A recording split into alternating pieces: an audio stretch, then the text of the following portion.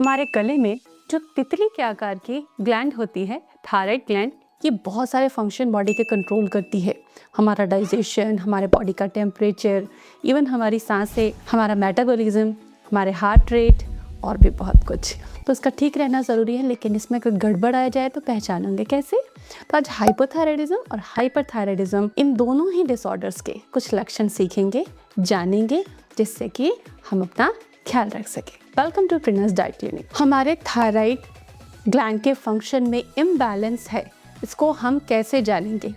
इसके लिए हम थायराइड ग्लैंड के फंक्शन के आधार पर हाइपरथायराइडिज्म और हाइपोथायराइडिज्म के इम्बैलेंस के सिम्टम्स को अलग अलग जानेंगे। हाइपरथायराइडिज्म को जनरली ओवर एक्टिव थायराइड कहा जाता है, ओवर एक्टिव थायराइड की कंडीशन कहा जाता है।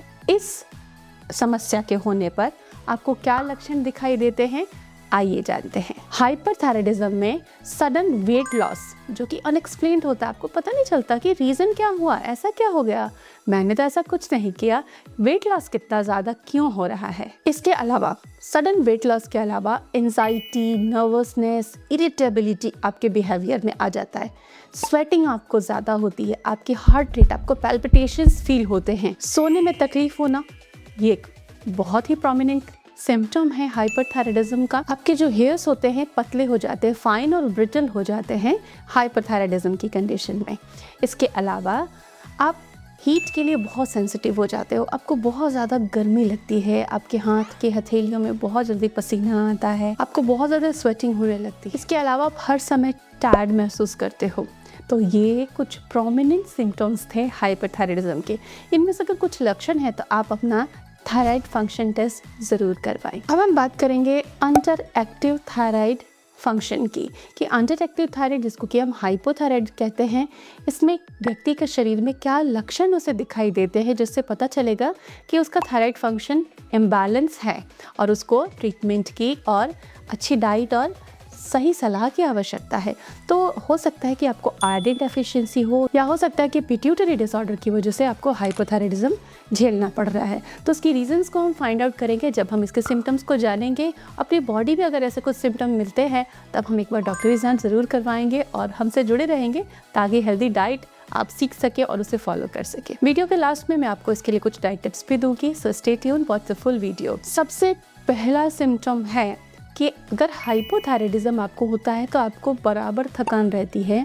सुबह से लेकर शाम तक आपके हाथ पैरों में सुन्नपन होना, जकड़न होना, थकान रहना, बिल्कुल बेजान से रहना, मसल टोन जो होती है वो कम हो जाना, मसल्स में कमज़ोरी रहना, बहुत ज़्यादा फटीग होना, ये एक बहुत ही प्रोमिनेंट सिम्टम होता है हाइपोथायराइडिज्म का। बार बार अगर आपको ज़ुकाम होता है, थ्रोट की इश्यूज़ अगर आपको हो रहे हैं, यानी कि आप हाइपर सेंसिटिव हो गए हो कोल्ड के लिए, तब भी आप समझ सकते हो कि थायराइड डिसऑर्डर या थायराइड इम्बैलेंस हो रहा है और आपको टेस्ट करा के इसे कंफर्म करना चाहिए। हाइपोथायराइडिज्म में वेट गेन होना और चेहरा पफी हो जाना बहुत ही कॉमन सिम्टम होता है।